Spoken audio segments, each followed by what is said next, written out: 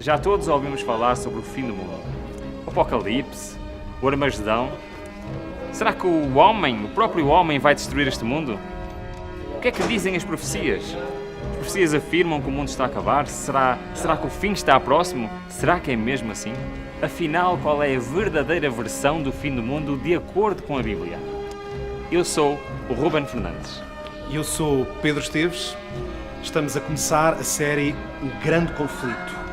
Venha daí connosco para uma extraordinária viagem nos grandes episódios da história do cristianismo, conhecendo homens e mulheres, momentos e episódios que marcaram esta história, mas que têm grandes implicações também na nossa vida.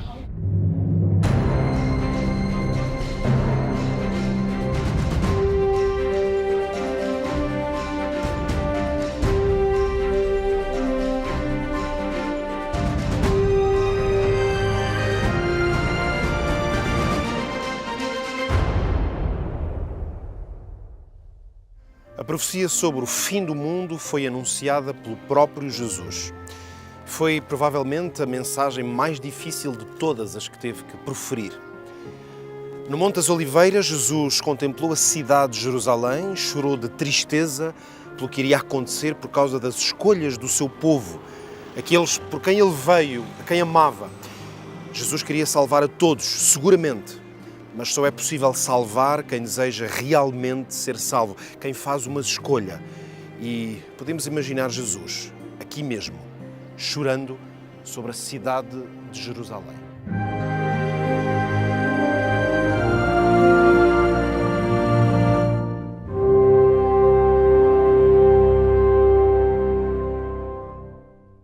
Nós estamos agora no local conhecido como Dominus Flevit, que significa o Senhor chorou. Porque há 2000 anos atrás, Jesus vem até esta parte do Monte das Oliveiras e ele vê a mesma vista que eu estou vendo agora, que é a cidade de Jerusalém e onde ficava o Templo de Jerusalém. E ele senta aqui e chora. Por quê? Porque ele prevê a grande destruição e o sofrimento que Jerusalém sofreria. Ele inclusive fala aqui a frase: Jerusalém, Jerusalém, que mata os teus profetas. Por causa de tantas coisas que a cidade e a sua população fez, a cidade iria ser destruída de uma maneira terrível. No ano de 66, começa a grande rebelião judaica contra os romanos, que vai culminar no ano 70 com a destruição de Jerusalém.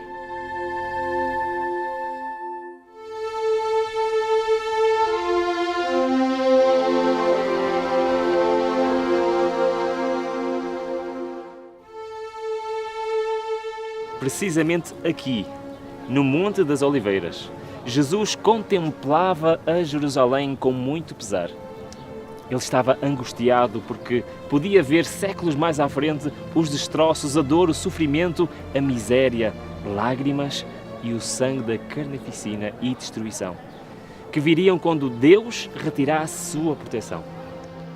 Jerusalém, Jerusalém, que matas os profetas e apedrejas os que te são enviados.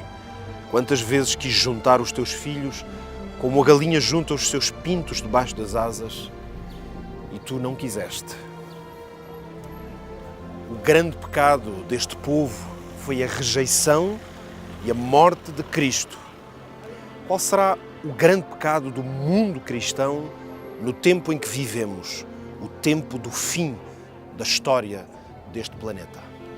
O compromisso com a prática do bem tem sido deixado de lado e é aí que o mal começa a infiltrar-se e a criar uma espécie de ócio espiritual. Foi assim, quando se afastou do bem e começou a praticar o mal, que Jerusalém, a cidade da paz, se subverteu e se perdeu. O profeta Miqueias descreveu os maiorais, os principais da casa de Israel, como pessoas que abominavam a justiça e pervertiam tudo o que é direito, e que Sião e Jerusalém mesmo foram construídas sobre sangue e injustiça. Nós estamos na descida do Monte das Oliveiras, mais especificamente no caminho do Domingo de Ramos. Jesus já há alguns dias estava na jornada dele, vindo desde a Galileia. Ele passa por Jericó e o deserto da Judéia, por Betânia, até que finalmente ele chega em Betfag, onde ele sobe num jumentinho e começa a descida da entrada triunfal, exatamente onde nós estamos. E as multidões começam a se juntar e fazer o caminho com ele. Desde Jericó haviam pessoas, mas cada momento que passava, as pessoas que viam Jesus se juntavam ainda mais, em alegria e cantando salmos com os ramos. Sem dúvida nenhuma, foi uma festa e alegria imensa aquelas pessoas. Mas para gente que lê a Bíblia hoje em dia, às vezes pode soar um pouco estranho que Jesus, na sua entrada triunfal, ele está justamente montado num jumentinho, um animal tão simples. Mas naquela época o cavalo simbolizava a guerra, quem estava pronto para vir conquistar uma cidade. O jumentinho, por outro lado, simbolizava a paz. E por isso Jesus ele vem como o príncipe da paz chegando na cidade. E isso também cumpre uma profecia que tinha sido escrita séculos antes, quando Zacarias 9:9 fala que o Messias vai chegar montado num jumentinho. E por isso aqui todas as peças começam a se encaixar e a população começa a reconhecer o grande momento histórico que acontecia aqui. E Jesus desce esse caminho até que ele chega na entrada triunfal pelo portão dourado e lá ele vai dar de frente com o Templo de Jerusalém. Vamos juntos!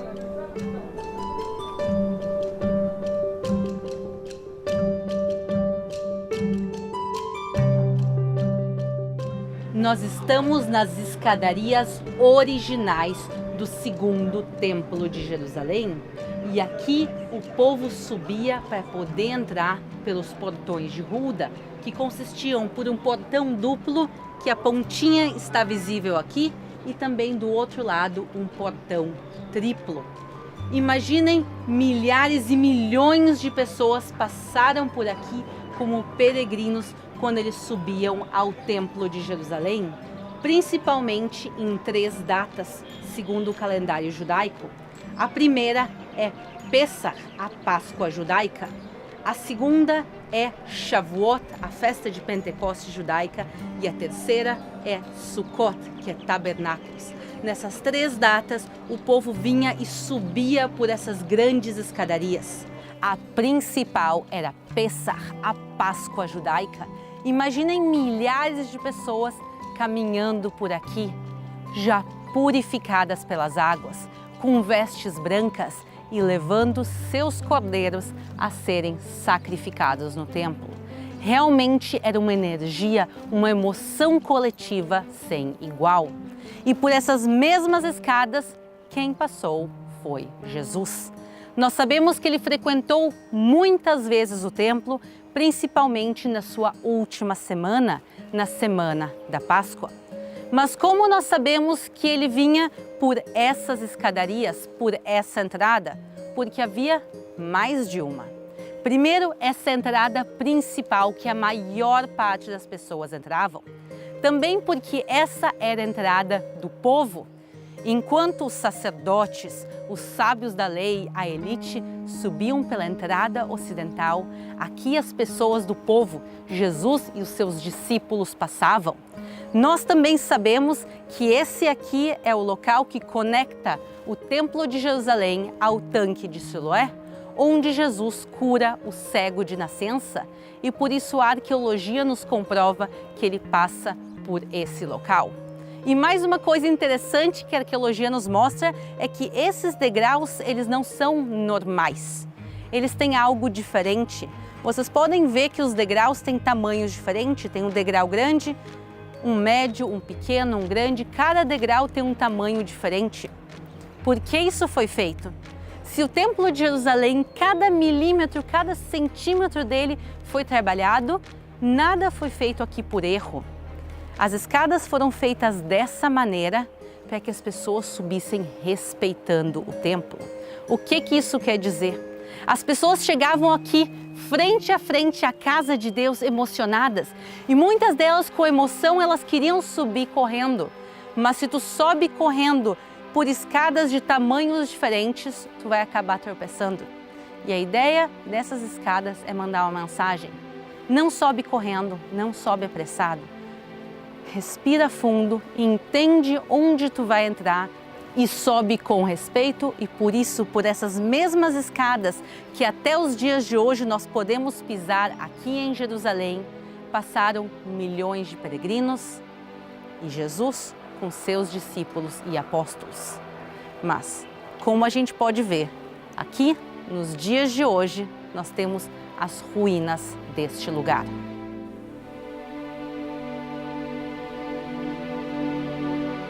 Nós estamos agora no Har Sion, um Monte Sião. Hoje em dia, este local está do lado de fora das muralhas. Mas se nós viéssemos aqui há 2000 anos atrás, nos tempos de Jesus, aqui era uma parte vital da cidade. Aqui ficava inclusive um bairro de classe alta, com casas grandes e ricas. E em uma dessas casas acontece a última ceia de Jesus. No segundo andar de uma casa, ele e os seus discípulos se reúnem para a última refeição dele, a refeição da Páscoa judaica, onde eles vão comer pão ázimo e tomar o vinho. E Jesus, inclusive, ensina a eles que isto deve ser feito em sua memória. E por isso, quando cristãos do mundo todo, até os dias de hoje, partem o pão e o vinho, é em memória de algo que aconteceu aqui no monte. Mas por que Jesus escolhe justamente fazer neste bairro? Talvez seja pelo fato de aqui estar sepultado o rei Davi, que é ancestral de Jesus. Nós sabemos pela própria genealogia que está escrito em Mateus capítulo 1. Então talvez ele quisesse estar de volta às suas origens e às suas raízes. E por isso a última ceia acontece aqui. E depois que essa refeição tão importante acontece, justamente ele vai ao Monte das Oliveiras, que está aqui ao nosso lado, especificamente ao pé deles, ao local que é conhecido como o Jardim de Getsêmani. Lá ele vai passar os seus últimos momentos de liberdade. Então será preso e trazido de volta ao Monte Sião. Mas desta vez ele não está com seus amigos comendo em liberdade, e sim ele vai ser preso na casa de Caifás, onde ele vai passar uma noite aterrorizante, sozinho na prisão. E no final dessa noite, ele vai ser levado até a fortaleza de Antônia. E aí nós conhecemos a história. Ele vai ser julgado e condenado por Pôncio Pilatos e levado à crucificação.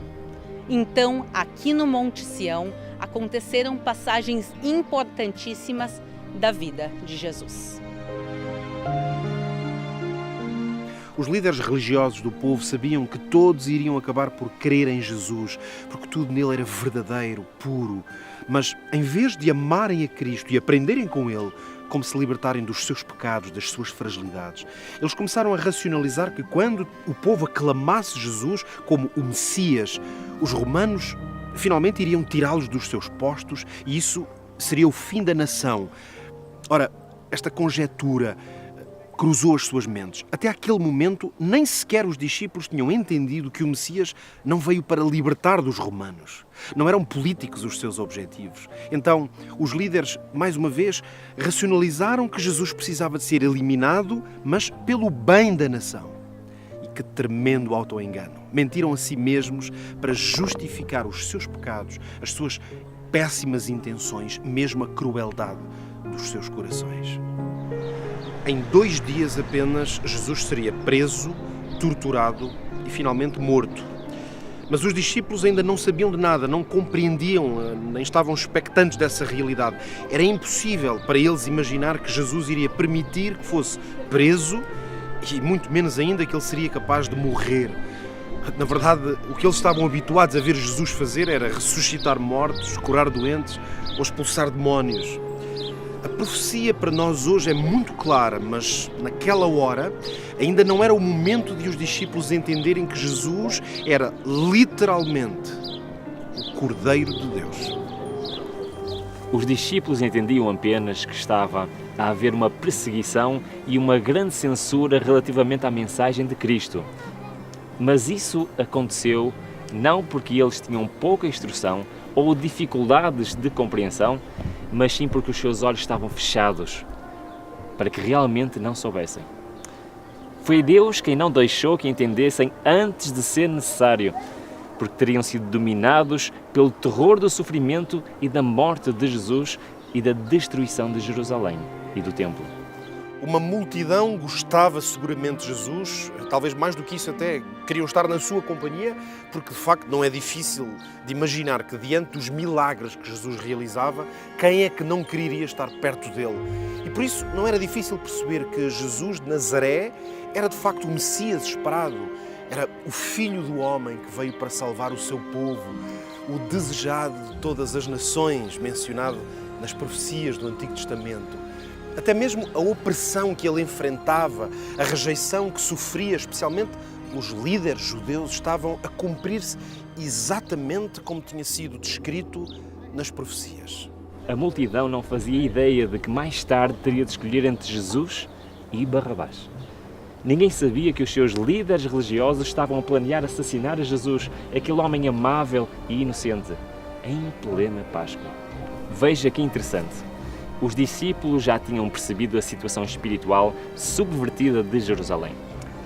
E foi precisamente por terem percebido tudo o que estava de errado na liderança religiosa que os discípulos de Jesus acharam que o Messias tinha vindo pessoalmente com a missão de castigar esses líderes religiosos subvertidos e libertar a nação do jugo romano, que era cruel e era pesado. Na verdade, foi só quando Jesus disse que iria voltar para buscá-los que os discípulos entenderam que o facto de o Messias precisar de vir à Terra uma segunda vez poderia provavelmente significar que, afinal, a libertação dos romanos não iria acontecer naquele momento como eles tanto ansiavam. Por fim, ficou claro que a salvação que o Messias trazia era a salvação do pecado. É por isso que a Escritura nos diz, quando depois virdes que a abominação da desolação de que falou o profeta Daniel está no lugar santo, quem lê, entenda. Então, os que estiverem na Judeia, dizia o Mestre, fujam para os montes.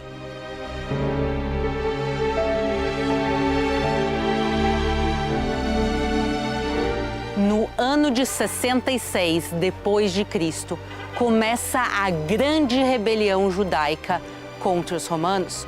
O povo de Israel estava cansado da opressão, quer econômica, política e principalmente religiosa. Eles estavam inspirados na história dos Macabeus, que alguns séculos antes conseguem vencer o grande exército grego. Mas, infelizmente, nessa vez, a história vai ser diferente. Os romanos não aceitam essa rebelião e começam a destruir toda Israel de norte a sul, começando pela Galileia. Eles vão destruindo cidade após cidade até chegar aqui na região da Judeia. E eles começam o cerco a Jerusalém. A população de Jerusalém no início não acredita que os romanos vão ser capazes de destruir a cidade e muito menos o templo. Além do templo ser gigantesco, ele é a casa de Deus, o local de presença divina nesse mundo. Mas, com os dias vão passando, eles veem a preparação e cada vez mais soldados romanos chegando e por isso parte da população começa a fugir, principalmente pelos encanamentos de esgoto, mas não todos. E alguns se dão conta disso tarde demais. A orientação era clara: fugir imediatamente ao ver o sinal de fuga. Mas que sinal era esse?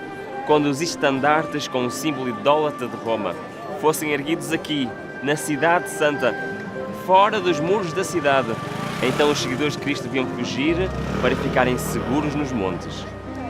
Jesus só contou tudo isto aos discípulos nos últimos momentos com eles, antes de ser preso e morto.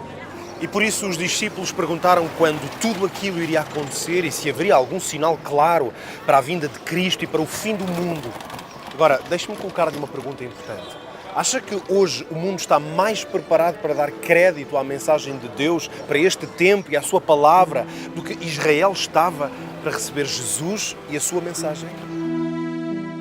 E então começa um segundo cerco a Jerusalém, ainda mais difícil. Então a população não consegue fugir. E as pessoas que ficam dentro da cidade, então vão ser testemunhas da destruição de Jerusalém e do templo. Os relatos históricos nos contam que tinha sangue correndo pelas ruas de Jerusalém.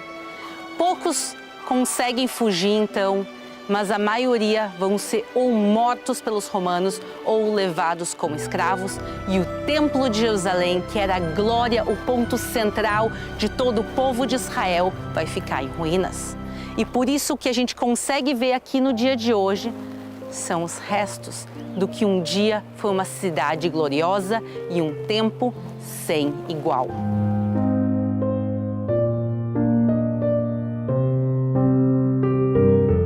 A destruição do Templo de Jerusalém é um dos maiores traumas da história de toda Israel. E aqui do nosso lado nós vemos provas arqueológicas dessa tragédia. Essas pedras eram parte do complexo do Templo de Jerusalém.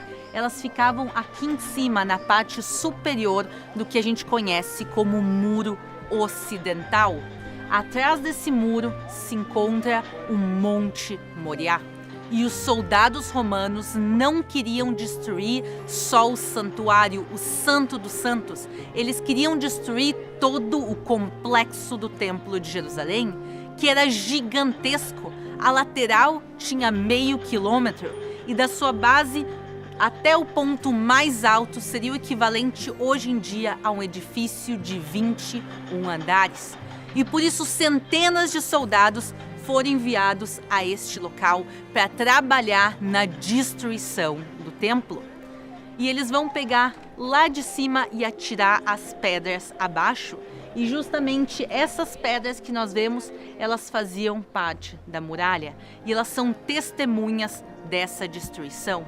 E essa ferida segue aberta até os dias de hoje no povo de Israel. E por isso, todos os anos, milhares de pessoas vêm aqui na data 9 do mês de Av para lamentar e chorar e entrar em luto por essa grande destruição.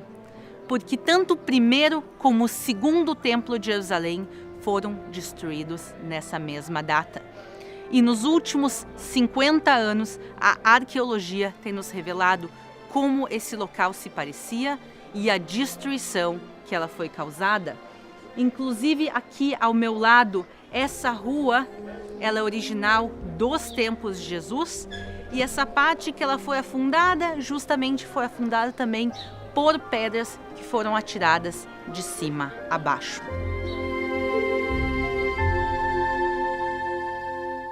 Por amor a Cristo, o cristão vai procurar formalizar o erro para ficar confortável com ele e assim não ter de mudar de vida? Ou, na verdade, um crente precisa de ficar angustiado e pedir perdão pelo pecado e suplicar forças para mudar de vida, para fazer novas escolhas, para não cair de novo no pecado que desagrada a Deus, que se afasta da sua vontade? Qual destas opções é o caminho para o crente que está firmado em Jesus? E esse era o grande problema dos líderes religiosos da altura. Eles não queriam abandonar os seus pecados e viver uma vida digna, uma vida santa. Eles apenas queriam o perdão e realmente não queriam uma mudança na sua vida.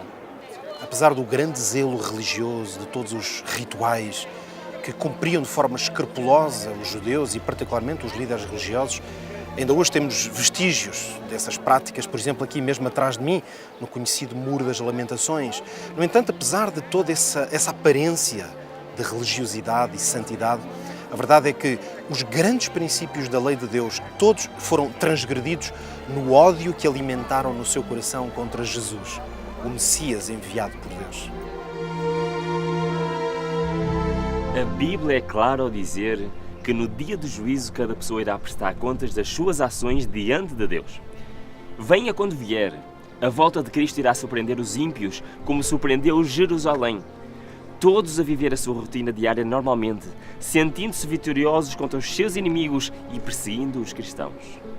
Em vez de cuidarem da vida espiritual dos fiéis, grande parte da liderança religiosa será encontrada a enaltecer conquistas terrenas, como exatamente aconteceu aqui, em que os judeus celebravam a fuga misteriosa do exército romano antes do cerco de Jerusalém, que finalmente trouxe a destruição completa.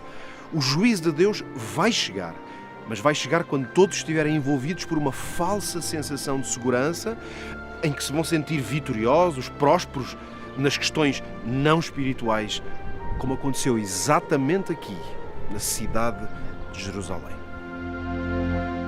É aterrorizante perceber que o mundo hoje não está mais preparado para receber a mensagem para este tempo, a verdade sobre a luta entre o bem e o mal, do que estiveram preparados os judeus para receber o aviso de Cristo sobre a destruição de Jerusalém. Mas o povo de Deus será livrado da destruição, assim como os cristãos foram avisados e puderam escapar. Percebe como foi absolutamente incrível. Nenhum cristão pereceu na destruição de Jerusalém. Muitos foram mortos na perseguição dos próprios judeus, mas não na destruição que Jesus profetizou. Os acontecimentos foram conduzidos de tal forma que nem os judeus nem os romanos puderam impedir a fuga dos cristãos. Esta é a batalha de todos os séculos e ela acontece a cada minuto na sua vida, na minha também, e exatamente aqui, na sua cabeça, na sua mente, no centro da sua vida. A pergunta é: de que lado está? De que lado deseja estar, na verdade? Enquanto estiver vivo, a sua parte é confiar e aceitar a proteção que Deus lhe oferece contra o mal. Mas esta luta não é sua. Só precisa de permitir que Jesus lute por si, que o proteja. Que seja Ele a rocha onde fundamenta a sua vida todos os dias. E assim chegamos ao fim do primeiro episódio desta aventura do grande conflito. Estivemos aqui em Jerusalém, onde vimos realmente o início da história dos cristãos. De seguida vamos para a Itália, mais precisamente para Roma, para desvendar os desafios dos primeiros cristãos. Como sobreviveram a séculos de perseguição e as duas classes de cristãos. Espero por si. Que Deus o abençoe.